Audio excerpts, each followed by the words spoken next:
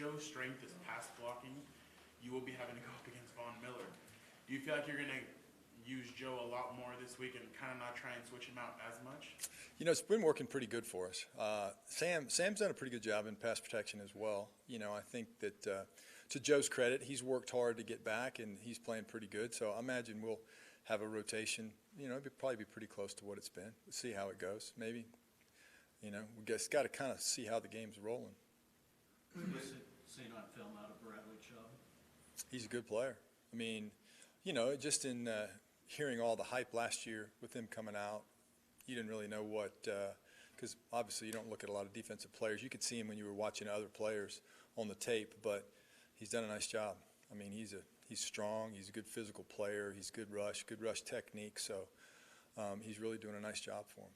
After not seeing Bosa practice for a significant period of time, what did you see out of him yesterday?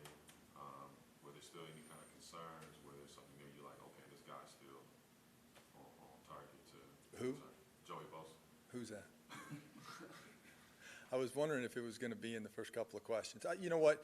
It's no kidding aside. I don't look at it that much when the defense is on the field doing their thing. Usually we're working, you know, correcting some of the things that we had. It was nice to see Joey back on the field.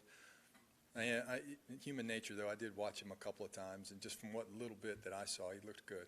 You know, it's whenever you have a player of his caliber that has missed some time, it's always good to see him back on the field. And I think, you know, just seeing the excitement on his face for being out there, because I know it was tough for him. So, you know, as far as any of the other stuff, it's good to see Joey back out there on the field. How does that help balance the team out as far as just having his presence? I know you guys work on the offense, but just having him back kind of helps the offense as well. Well, gosh, I think anytime you have a tremendous player that comes back that can play, that it helps your team. You know, I mean, you give credit to our players. They've been working hard, and they've done a great job just of how they've worked this year. So, you know, you would think that if Joey comes back and plays, it could only help us, which is, you know, a good thing. When you Yeah, popped in they've the done film, a good job of protecting Phillip throughout the year so far, but they have 4 edge guys, not only Vaughn and Chubb, but 2 guys behind him that can bring pressure.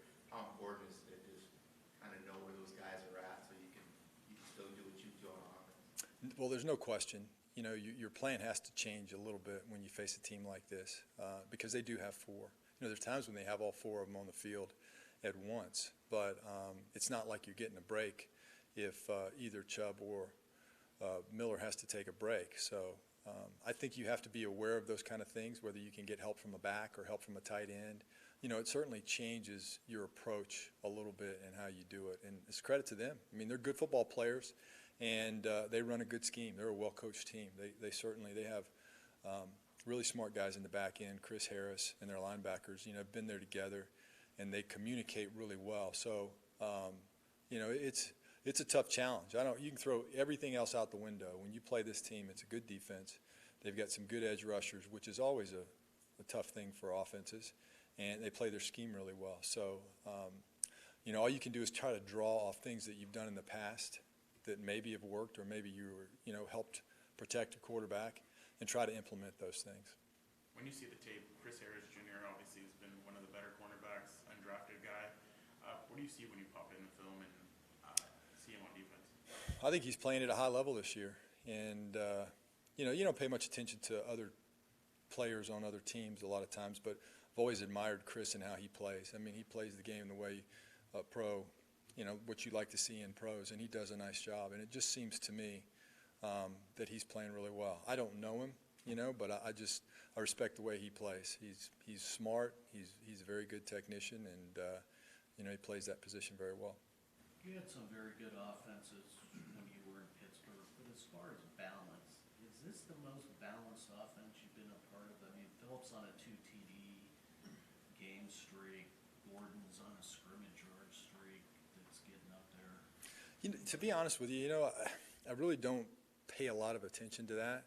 I mean, it feels good we're getting a lot of guys doing a lot of different things, and it's a credit more to our guys. You know, if you're in this thing long enough, you're going to have years where you're good passing, you're going to have years where you're good rushing, but to be able to balance it a little bit, it's been really good. You know, just to see Austin and Melvin both in the run game get some opportunities, and then even our receivers are contributing with that, with some of the jet sweep runs that we've done. But, Phillip has always played at a high level when I've been around him, and he's doing that again. So, the challenge is to keep it going. That's it. So this will be a real test against this defense.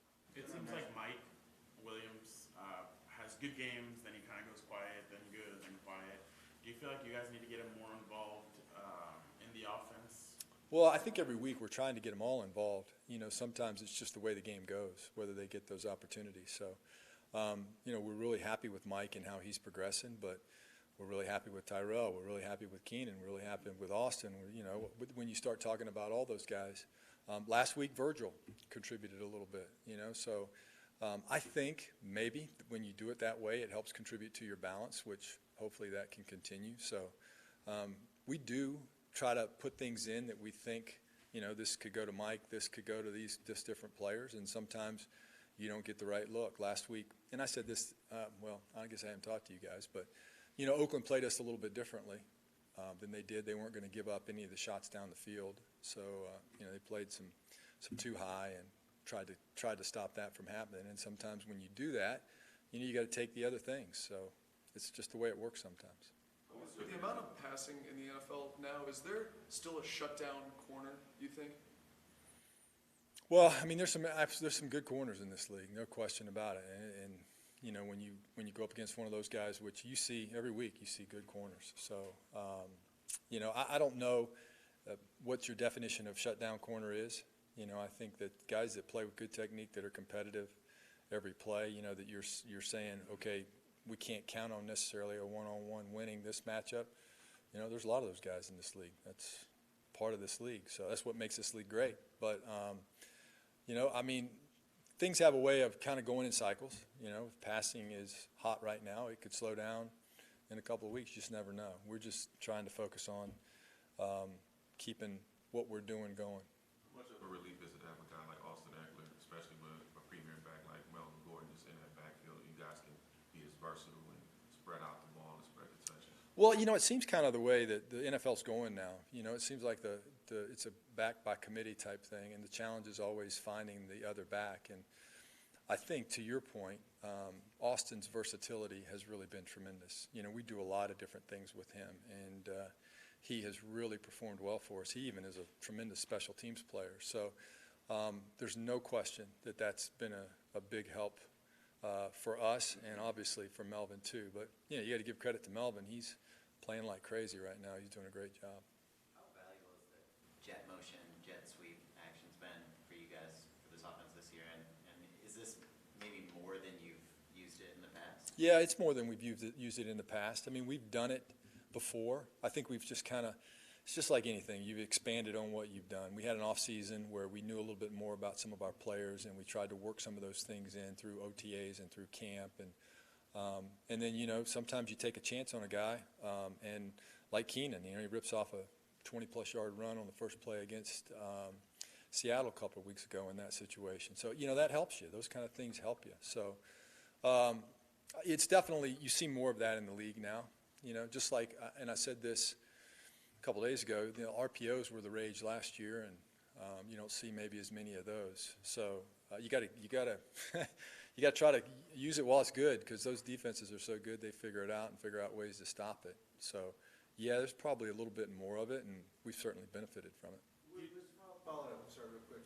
Are you guys seeing more of the gaming with the offensive linemen to go with those jet sweeps? A lot of times it was this naked, guy just uses speed, but it seems there's a lot more trap action. It seems like that inside as well to come back with counters and things like that. Different teams, Steve, have different ways of doing it, and I don't know if it's necessarily a function of your linemen. I think that the big thing is trying to adapt what you do to the players that you have and how that fits. So, certainly there's different ways to skin a cat, and, so I don't know. Do you think Mike Pouncey was your biggest free agent acquisition? Well, it would be hard to argue that. You hate to say he's the biggest or the best, but he's a tremendous player, and he's done a really good job for us. Russell Okung is a tremendous player, and he was a great acquisition for us. And, Tom and his staff have done a great job of getting in some players that have helped us. I mean, think about Tyrell. Tyrell was an undrafted free agent. Austin was an undrafted free agent, and those guys have become tremendous players for us. So to me, I think it's the sum of the parts more so than the individual, and I think there's no doubt that Mike contributed a tremendous amount to that. You know, his leadership, his play, his attitude, all of it has been great. Is it like having a second quarterback out there? I'm sure Mike would like to think that. I'm sure he would like to think he's a quarterback. But, you know, he's a smart guy, but you just see his passion in the game. And really, to me, it's more about how you interact with your teammates, and he's tremendous. Ken, ball security has been a real strength this year. Was that a point of extra emphasis, or are guys just doing a really good job of what you've always sort of preached?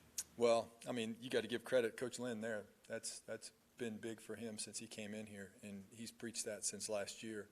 And you know, it's been good. So I hate to mention it or even talk about it because you know I'm superstitious about that stuff, but it's been good, no question.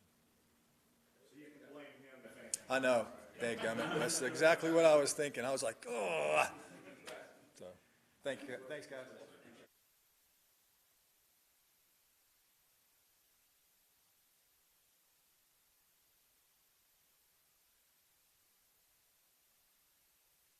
That they utilize, the three backs that they have in the game. They all have unique styles, but they all jump out. A team that's, I think, second average per rush in the league. So here we go again, another really, really talented running team. And then the passing game, the receivers they have on the perimeter, Sanders and Sutton, you know, I think those guys jump out at you as well. So this is a big challenge for us. I think this one jumps out at our team just because when you look at explosive plays that they've had in the running game, those plays really jump out, and you can see the speed and the balance that these backs play with. So it's a great challenge for us. Guys, yesterday, Joey Bosa practiced for the first time in a long time. What did it mean for you to have him back? It's great. You know, he's been in the building the whole time, so to have him in the meetings, but to actually see him out in the practice field. You know, and I think for us, it's just kind of a we'll see. You know, he comes out, and I think of it as, enjoying my conversations, this is just the next step for him. Okay, you've worked your tail off to get to this step. Now let's go out and get some reps in the practice field. And, you know, I think we just handle it day to day to see how he feels and how he goes. How do you look, guys? You know, just for the limited, reps that he got, he looked pretty good. You know, I think the big thing is, okay, now how do you feel? And, you know, but it's like I said, it's more of a wait and see and, you know, how he handles each day. So is this practice even more important? You know, I don't know what exactly Damon has set up for him. You know, we'll get involved with Giff. We have a plan for him. You know, how many reps, I don't know that actual number, but I think it's more, okay, he's done all this. The next step for him is to get on the field. So we're excited to get him back on the field, and then we'll just see where it goes. What do you think emotional lift is this for him to be back just on the practice field, just to be back amongst his teammates? Well, I think any player, you know, loves to be with his teammates and the ability to compete again. So I'm sure he wished he could go faster. You know, he's so competitive and wants to be with his teammates. So, you know, I think that we just got to, you know, follow the procedure that's set up for him. What does With it the mean timing, to you so- for him, like, not to be here and you guys still be one of the top tier teams in sacks without your number one pass rusher? Can you repeat that again? Oh, yeah. That you guys didn't have your number one pass rusher, but you guys are still one of the top tier teams in sacks. Well, I think, you know, a big part of that is the players. You know, they picked up a lot of times when you don't have a player, someone's got to step up. And we always talk in terms of, you know, this story that's taking place in front of us. There's going to be some stories going to come through this whole thing.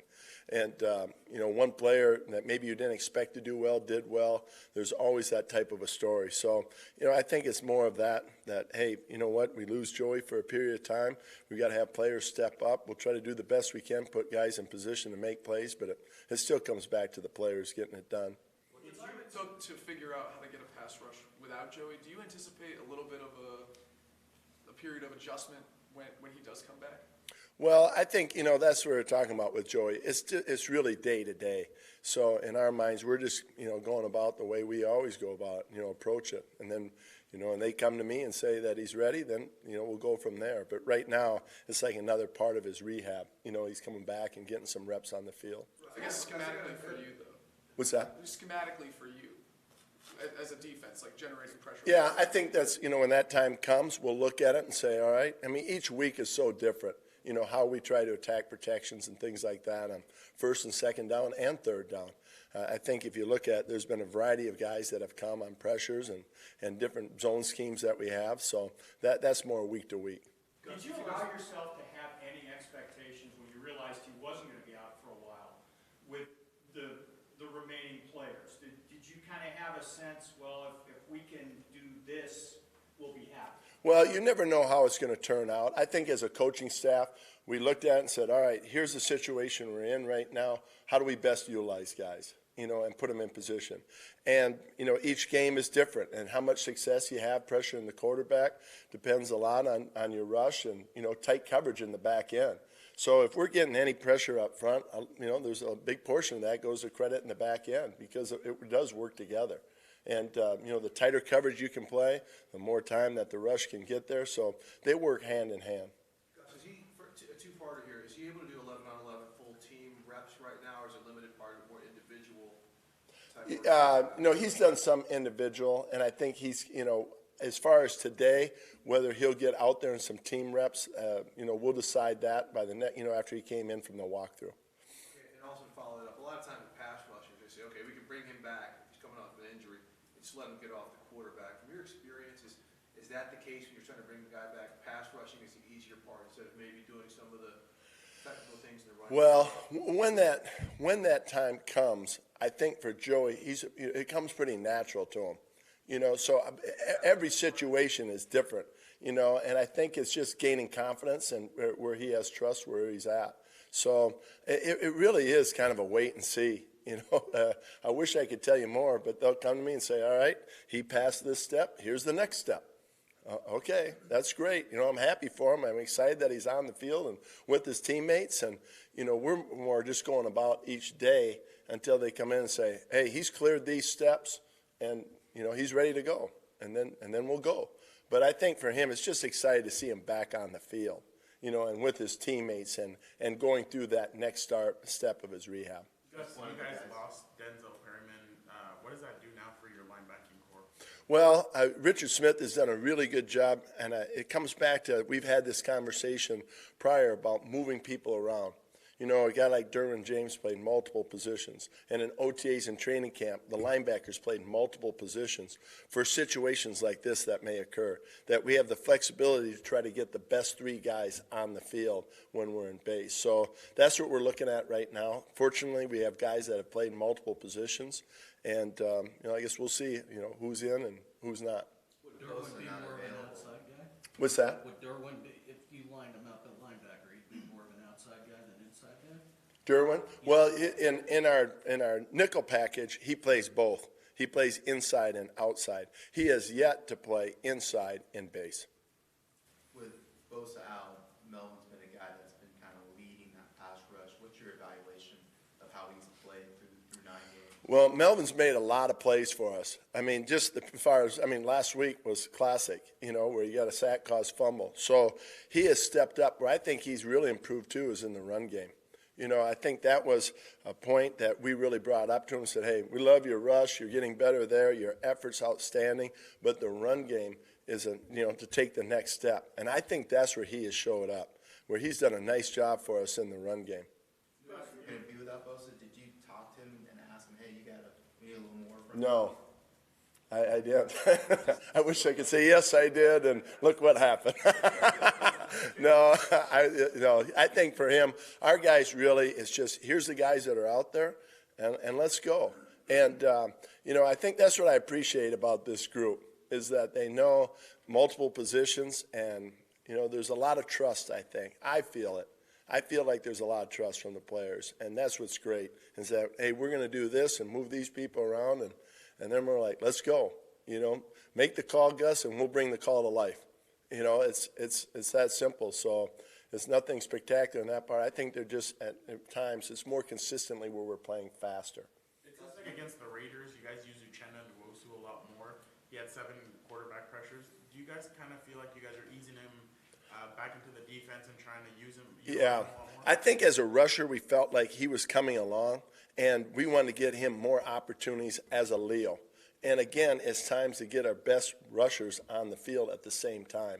Now, Gift does a good job of rotating. There's critical time in the game, and we had, I think, D-Square and Phylon, and, there was other guys out there. Melvin wasn't out there at times. But the rotation of those guys keeps them fresh, and I think that's a big part of it, too. If we have 7 or 8 up, all of them are going to play. And I think it keeps them fresher in those pass rush situations. Gus, do you remember when Michael Davis first caught your eye, and since then, where has he changed the most? Well, I think the big part is he caught our eye right away because of his length and speed. Where he did not catch our eye is his being a willing tackler. I think that he would try to tackle, but I think that's what held him back from being a guy that we felt like could get on the field consistently. But to his credit, I think he identified that was his weakness and really attacked it. And now it's cool to see because in games, Coach Smith will point out multiple times where he comes up and has really good tackles, driving with his feet. And so to see the evolution of him, I think that's been a big part of his. Now, just on the perimeter, making plays, winning the 50-50 ball.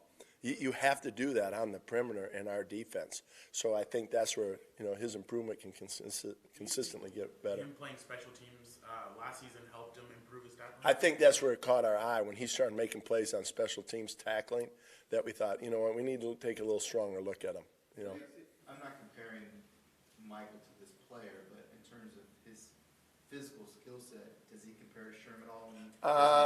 I would say different. I would say different.